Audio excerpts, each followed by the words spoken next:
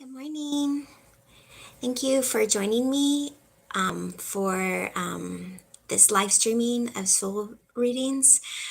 We've had a break because of technological issues, but I think they're figured out. And so hopefully things will go pretty smoothly today, Wednesday at 11 in the morning Eastern Time, 8 Pacific Time.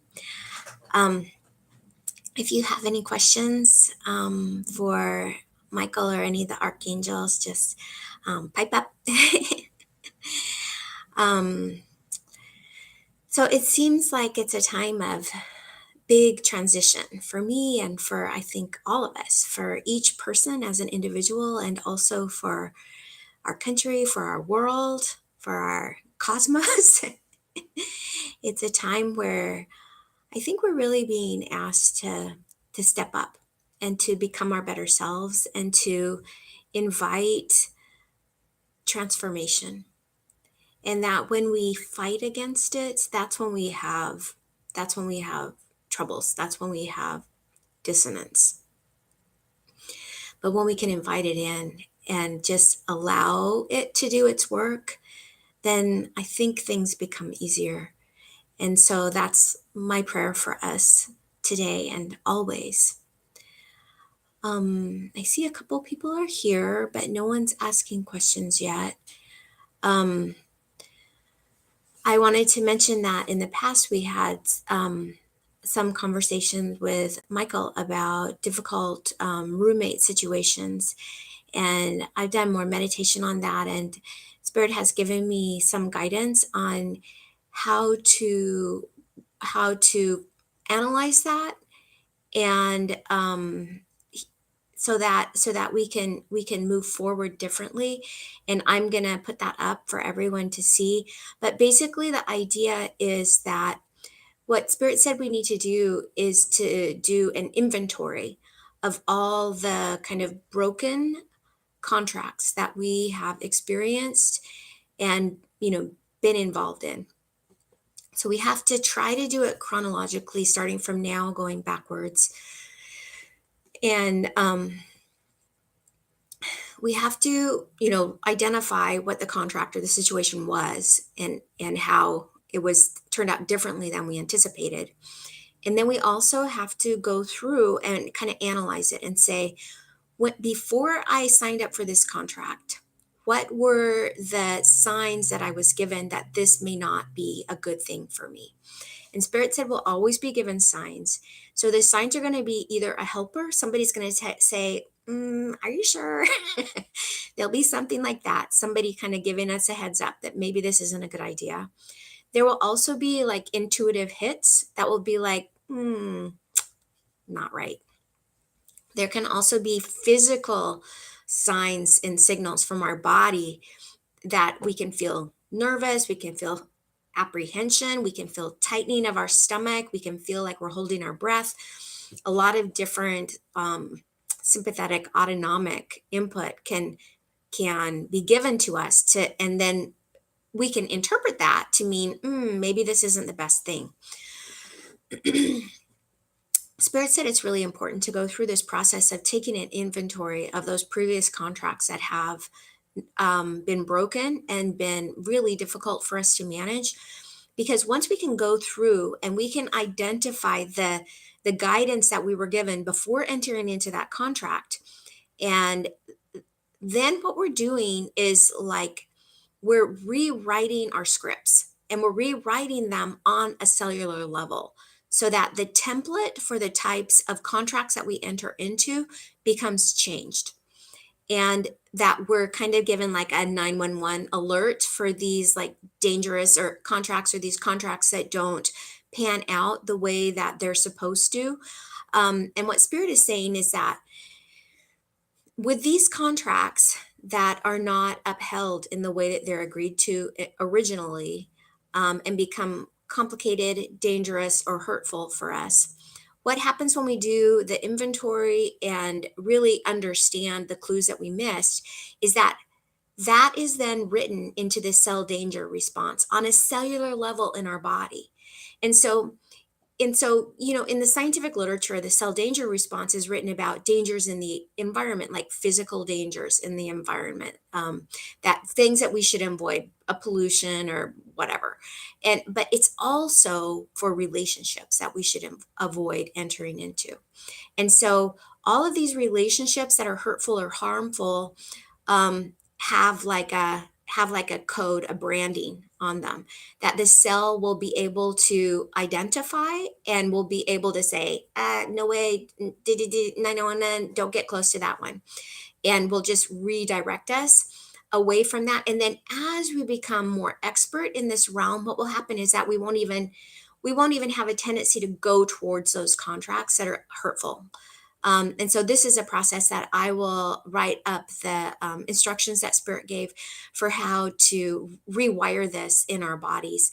And I'll post that, and so that you guys will all know that. So far, nobody has any questions yet. So I'll just check in with Michael and see if he has some stuff that he wants to talk to us about today. Oh, there's someone. Oh, hi, Jinli. Good to see you. Oh, okay. So I just moved to Jinli. We're both doing it. Yeah, that's awesome. And so sometimes moving is the best way to get out of a contract that is not being lived up to in accordance with the original agreement and becomes hurtful or harmful or even dangerous. And so that is sometimes the best way to protect ourselves, and then to do that inventory so we can learn what the clues were that we missed originally. So for me, one of the clues that I missed was with a roommate who turned out to be dangerous. Was She said, "I'm easy. I get along with everyone." And when I heard her say that, I had a bell go off, and I like, 911, red flag, not a good sign, because I've had other roommates in the past who say, "I'm easy. I get along with everyone." Those exact words. Or people that you start to date, and that always means, "I am not easy. I am passive aggressive. I don't get along with everyone." And so for some reason, I was like, she's easy and she gets along with everyone, she says. And my internal guidance is telling me to avoid her, but she says that she's easy. She gets along with everyone. That seems like a good fit, even though it wasn't in the past. So now my cell danger response is getting that firmly like written in there. So, avoid this. Don't go by that again for sure. Um, so that was my experience. Let's see if Michael has any specific sort of feedback for Jin Lee. So Spirit is saying it's like for all of us, not just for you. Um, about entering into contracts. So more stuff about entering into contracts. So I'm listening.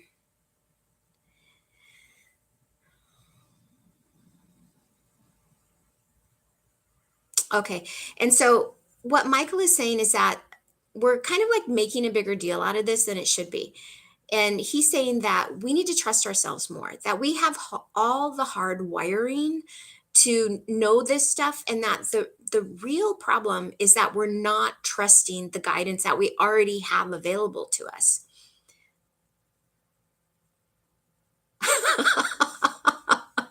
The real problem is that we've chopped off our heads, and then we're turning to this chopped off head and asking it to lead us. Of course, that's not going to work.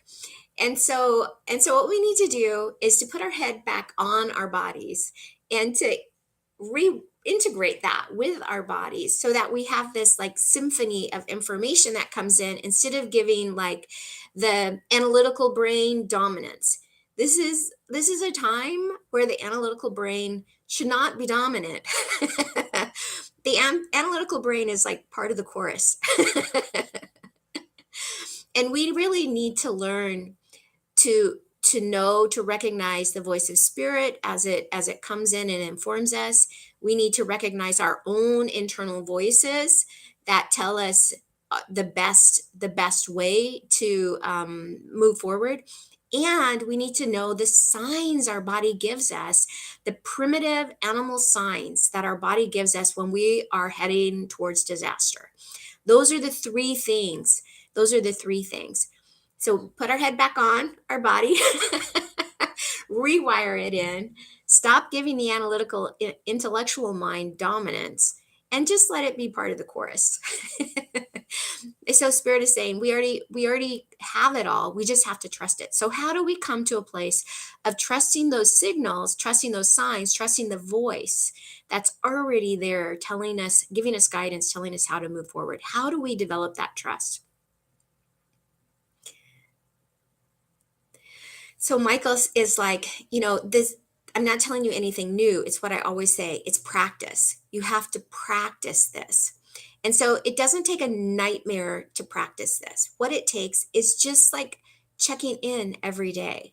Checking in every day in a like beautiful, lovely, nice, perfect situation. And just asking, just connecting to spirit, just connecting with your own inner guidance, just connecting with your body.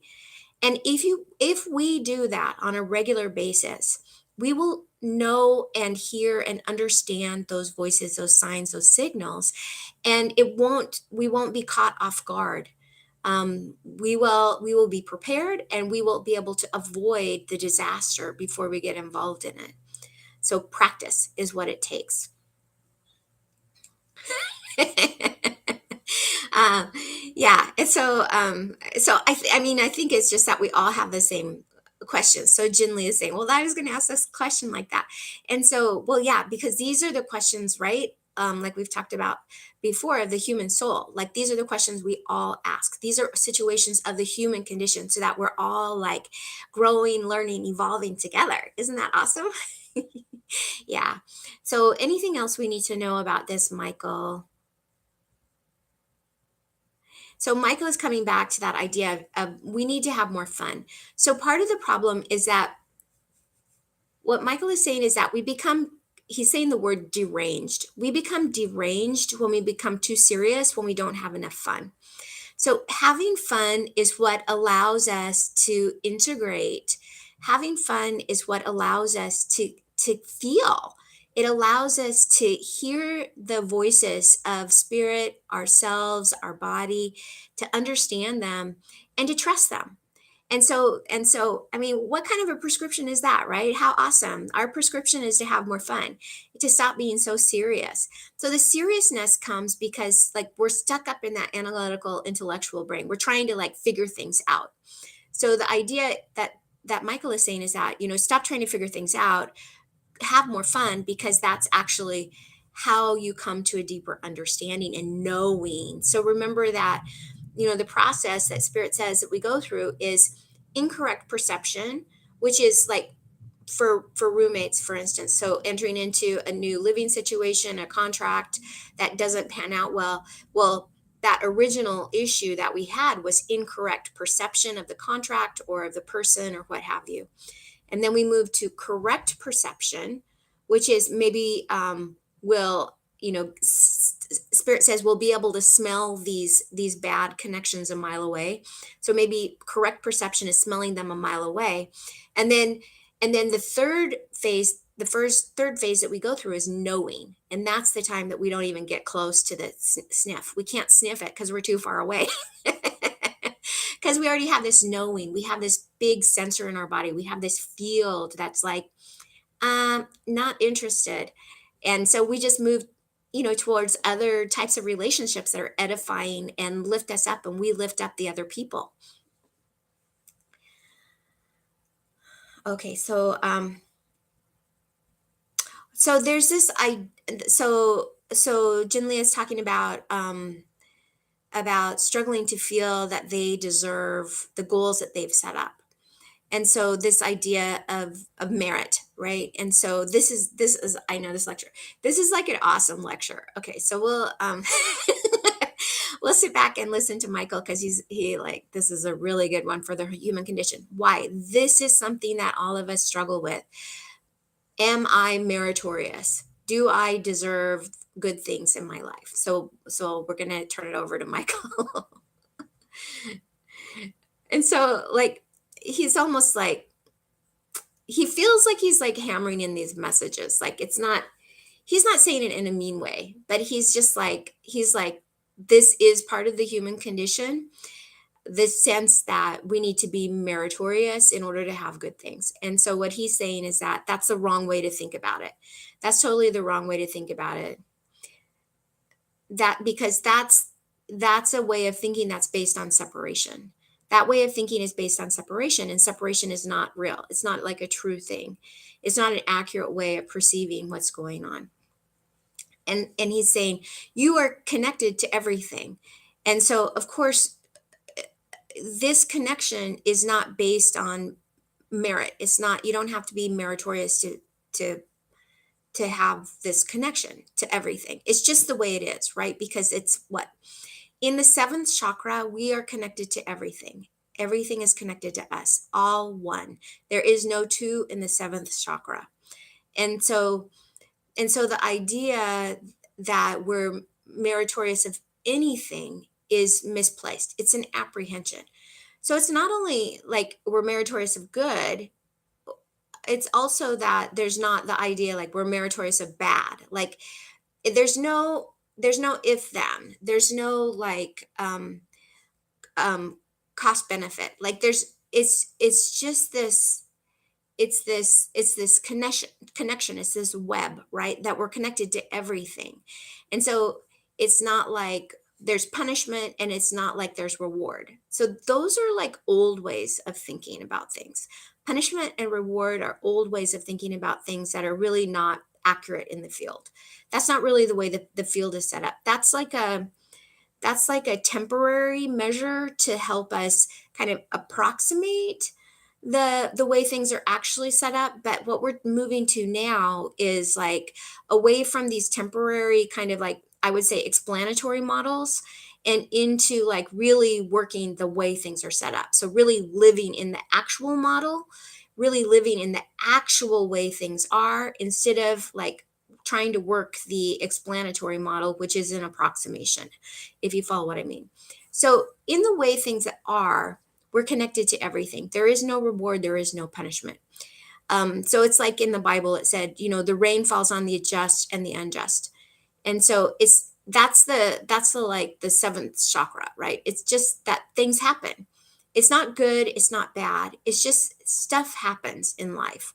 How are we going to show up for that thing that happens so that we could become more aware of our connections and we come into a more authentic and balanced place within ourselves? That those are really the questions that we should ask. Um, so how do we move away from that old model of cost benefit or feeling like we need to be meritorious for of something to happen or um, that we're being punished for something or we're being rewarded for something? How do we move away from that old model?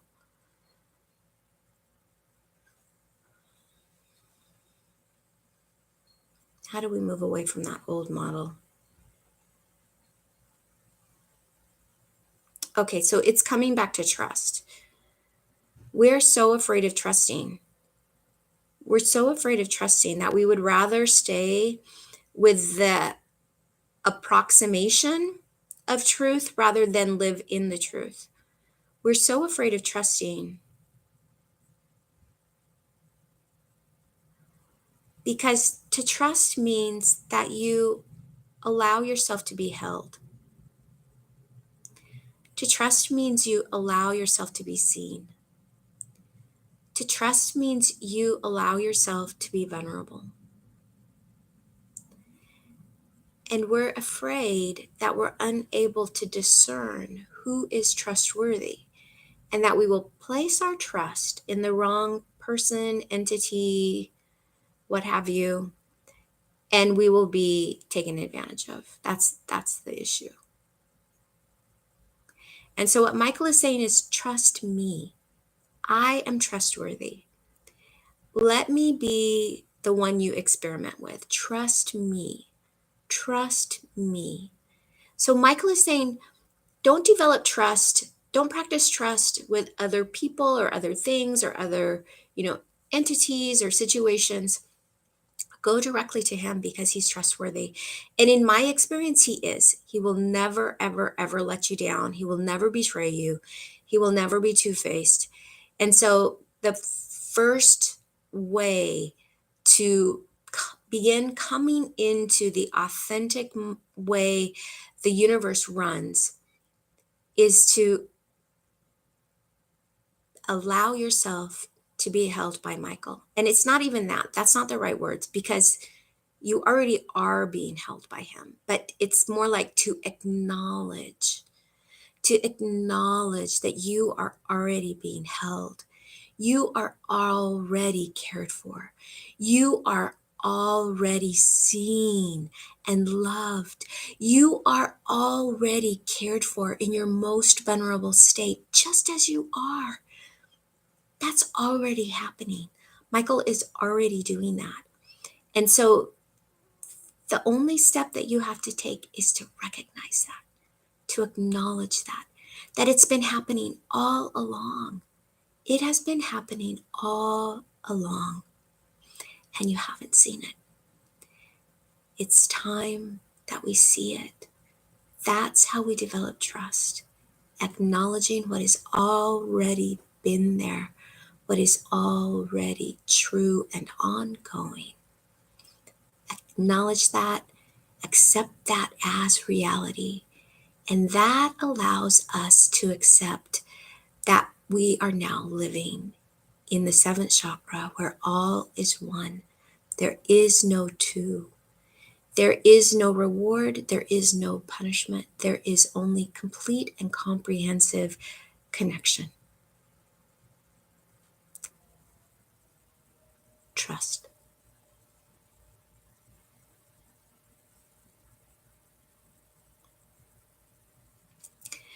So how do we practice coming into this acceptance that we already are being held and seen and loved unconditionally by Michael? So this is a practice too. So just returning to that knowing, reminding ourselves persistently, coming back to it anytime the brain starts ruminating, anytime there's a free break in the mind, anytime we think of it, many times a day, coming back to it. Oh yeah, I'm being held right now. I'm seen by Michael. I am loved. All is well. I am connected. No one can take that away from me. This is not a system of merit. This is not a system of merit. This is not a system of rewards and punishments. No.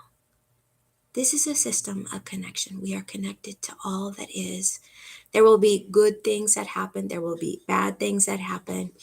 That's the old way of thinking about it. The new way is that all is safe. All is well. We are connected to the divine. We are the divine. The divine is in us, we in the divine. All is well. There's this perfect connection. Whatever happens, it's okay. It's okay. All is well. All is well. All is well.